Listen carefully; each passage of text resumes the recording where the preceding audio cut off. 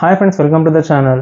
One Piece నుంచి release అయిన 1111 episode గురించి ఈ వీడియోలో చెప్పబోతున్నాను. మీరు ఇంకా ఛానల్ని సబ్స్క్రైబ్ చేయనట్టయితే ప్లీజ్ డూ దట్.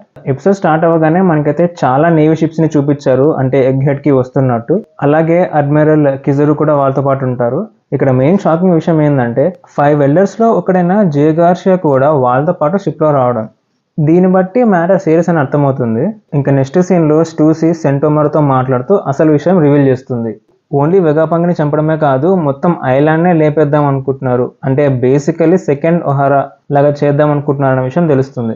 ఈ ఎపిసోడ్ మొత్తం చాలా వరకు ఒక రీక్యాప్ లాగా జరిగింది. తర్వాత మనకి మళ్ళీ 3 months అగో ఏం జరిగిందో చూపించారు. డాక్టర్ వెగాపంక్ 100 years వాయిడ్ గురించి రీసెర్చ్ చేస్తున్న విషయాన్ని ఎవరో కానీ 5 ఎల్డర్స్కి తెలిసేలాగా చేశారు. వెగాపంక్ రీసెర్చ్ చేస్తున్నట్టు ప్రూఫ్స్ని సేకరించడానికి CP5, CP7 and CP9 agents కూడా ఎగ్ హెడ్కి వచ్చి ఉంటారు. కానీ వాళ్ళెవ్వరూ కూడా ఐలాండ్ నుంచి వెళ్ళలేకపోయారు. అందుకే ఇంకా వెగాపంక్ని చంపేయాలి అండ్ అలాగే ఎగ్ హెడ్ని ఇంకొక ఒహారా లాగా క్రియేట్ చేయాలి అని ఎల్డర్స్ అయితే ఫిక్స్ అయ్యారు. ఇంతకీ ఆ ఇన్ఫర్మేషన్ పాస్ చేసింది ఎవరు అండ్ అలాగే ఈ సెరాఫైమ్స్ని కంట్రోల్ చేస్తుంది ఎవరు అన్న క్వశ్చన్ తిరుగుతూ ఉన్నది కదా. మొత్తానికి ఈ ఎపిసోడ్లో అయితే లాస్ట్లో రివీల్ చేశారు. అది మరి ఎవరో కాదు, యోర్క్ అని. ఆ సెరాఫైమ్స్ని కూడా కంట్రోల్ చేస్తున్నారు అని అంటే నేను స్టార్టింగ్లో అనుకున్నా ఖచ్చితంగా వెగాపంక్స్లోనే ఎవరో ఒక ట్రేటర్ ఉన్నారు అనేసి. కానీ తర్వాత మనకి ఎపిసోడ్లో అందరినీ చూపించారు. సో అందుకే మనకి ఎవరి మీద డౌట్ రాలేదు.